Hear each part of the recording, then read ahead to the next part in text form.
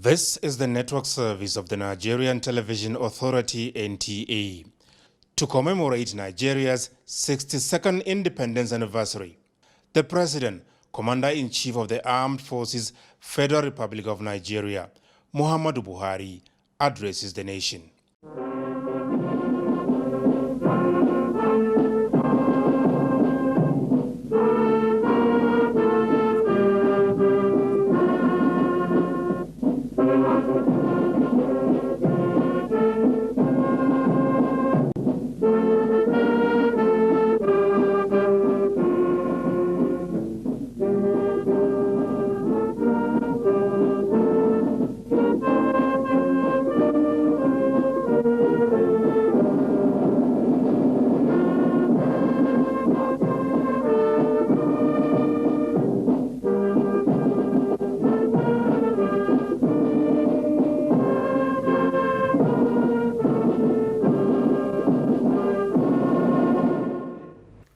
Fellow Nigerians,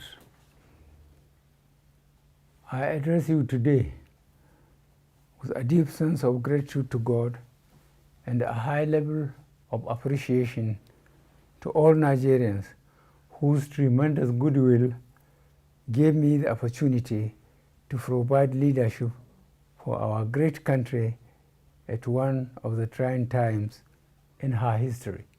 Conscious that today's address would be my last on an Independence Day as your president, I speak to the millions of Nigerians who believed in me, propelled and stood by me in my quest to bequeath a country where all citizens have equal opportunities to achieve their life's desires in a peaceful atmosphere. I am honored to say that my story in the annals of Nigeria's history is no household secret.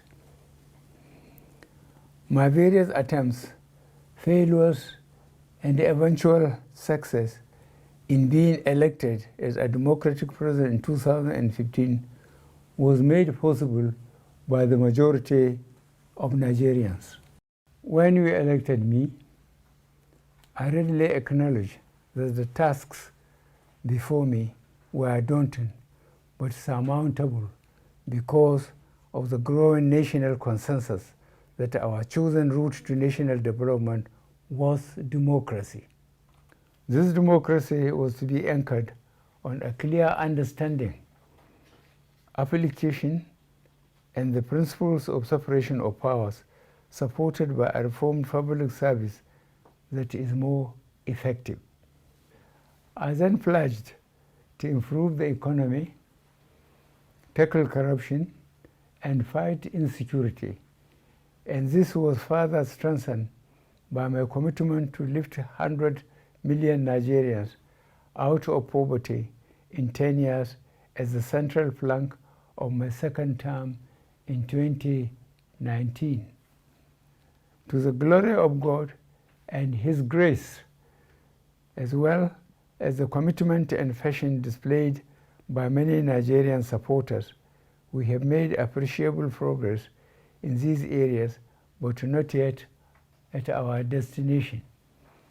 Mindful of the task before us, we took some time in settling down and we repositioned the economy by providing strategic interventions in core areas at both the federal and subnational levels. One of the areas where we have made significant progress is in the eradication of deeply entrenched corruption that permeates all facets of our national development. We strengthened the institutions for tackling corruption and also cultivated international support, which aided the repatriation of huge sums of money illegally kept outside the country. The increasing number of prosecutions and convictions with associated refunds of large sums of money is still ongoing. Furthermore, we will continue to block opportunities that encourage corrupt practices.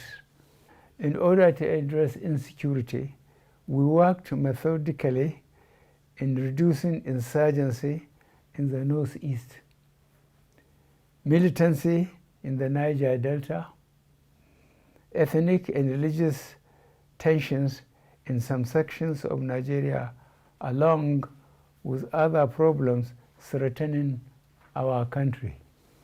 Our efforts in resetting the economy manifested in Nigeria exiting 2 economic recessions by the very practical and realistic monetary and fiscal measures to ensure effective public financial management. In addition, the effective implementation of the Treasury single account and cutting down on the cost of governance also facilitated early exits from recessions. Fellow Nigerians, the administration removed several decades' uncertainty for potential investors in the oil and gas sector with the passage of Petroleum Industry Act 2021.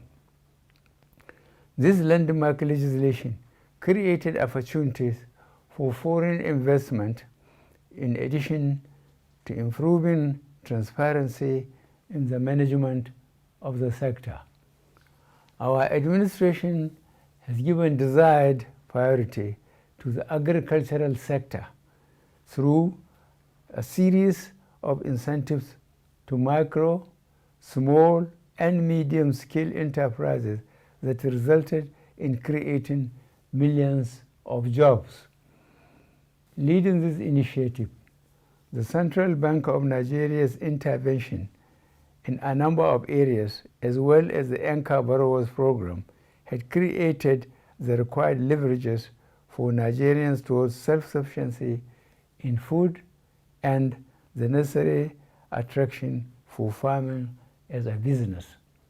The growing contribution of non-oil exports, especially in agriculture, information and communication technology, as well as the performing arts to our national economy, will enhance our foreign exchange earning capacity. We are confronting current economic challenges such as debt burden, growing inflation, living standards, and increasing unemployment accentuated by our growing youthful population. These problems are globally induced, and we would continue to ensure that their negative effects are addressed in our policies. This administration will continue to ensure that our fiscal policies are supported by a robust and contemporary monetary policy that recognizes our peculiarities in the midst of the growing global economic difficulties.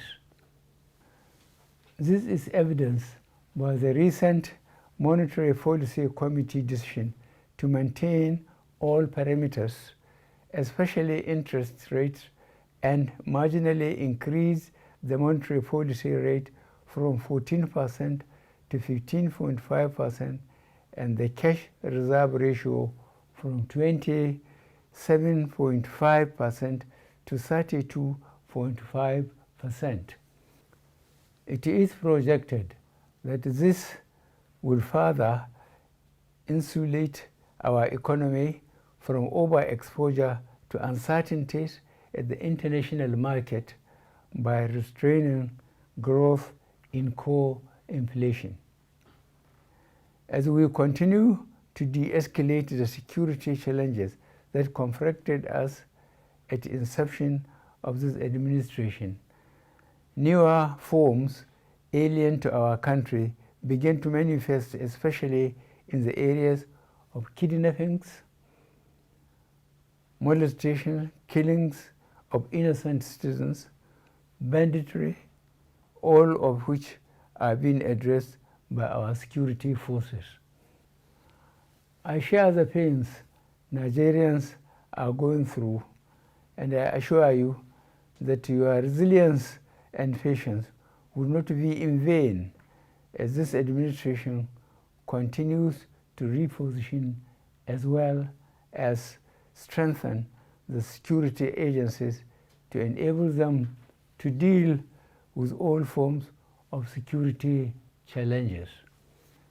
At the inception of this administration in 2015, I provided the funding requirements of the security agencies, which was also improved in my second tenure in 2019 to enable them to surmount security challenges. We will continue on this path until our efforts yield the desired results. As we put in place all measures to ensure that Nigeria takes her place in the Committee of Nations, we recognize the importance of a well-educated populace as a panacea to most of the challenges we face. We have therefore pursued policies and implemented programs designed to create a literate and proficient society that ensure that citizens are availed with opportunities for lifelong achievements. I must confess that I am very pained by the recurrent disruption to our tertiary education system, and I am using this Independence Day celebration to reiterate my call for the striking academic staff union of universities to return to the classroom while assuring them to deal with their contending issues within the limits of the scarce resources available. This administration has made appreciable progress in redressing these issues that have been lingering for over 11 years. The federal government will continue to mobilize resources both internationally and nationally towards funding education to ensure that our citizens are well educated and skilled in various vocations in view of the fact that education is a leading determinant of economic growth and employment generation. Fellow Nigerians, we have also improved our health facilities, especially during and after the outbreak of the coronavirus pandemic, which attracted commendation of the global community. As you are aware, Nigeria was one of the countries that defied global predictions of the socio-economic impact of the coronavirus pandemic because of our resilience, commitment, and passion with which we individually and collectively managed the pandemic. This administration embarked on addressing critical ecological challenges across the country in order to mitigate the impact of climate change manifesting in the form of flood, soil erosion, desertification, air pollution, amongst others. We will continue to ensure that our infrastructure drive remains the key to Nigeria's economic growth and for which every Nigerian will feel the impact. The federal government is already expanding port operations to ensure that they provide opportunities for the growth of the Nigerian economy. We have also continued to accelerate our infrastructure development through serviceable and transparent borrowing, improved capital inflow, and increased revenue generation by expanding the tax basis and prudent management of investment proceeds in the sovereign wealth fund. To further open up our communities to economic activities, we have continued to boost our railway infrastructure with the completion of a good number of critical railway and at the same time rehabilitating as well as upgrading obsolete equipment. I am pleased to inform my fellow citizens that besides our emphasis on infrastructural development with its attendant opportunities for job creation, employment generation, and subsequent poverty reduction, our focused intervention directly to Nigerians through the National Social Investment Program is also yielding benefits. There is hardly any ward, village, or local government in Nigeria today that has not benefited from one of the following: N-Power, trader money, market money, subsidized loans, business grants, or conditional cash transfers. All the aforementioned programs, along with various interventions by the National Social Investment Program, direct support to victims of flooding and other forms of disasters, have provided succor to the affected Nigerians. Fellow Nigerians, no matter what gains we make, without a good governance system anchored on electing credible leaders on the basis of free, fair, credible, and transparent elections, our efforts will not be enough. It is for this reason that I have resolved to bequeath a sustainable democratic culture which will remain lasting. The signing of the Electoral Act 2021 as amended with landmark provisions further assures us of a more transparent and inclusive electoral process. Having witnessed at close quarters the pains, anguish, and disappointment of being a victim of an unfair electoral process, the pursuit of an electoral system and processes that guarantee election of leaders by citizens remain the guiding light as I prepare to wind down our administration. You would all agree that the recent elections in the first 2 years in some states, notably Anambra, Ekiti, and Osun, and a few federal constituencies, have shown a high degree of credibility, transparency, and freedom of choice, with the people votes actually counting. This, I promise, would be improved often as we move towards the 2023 general elections.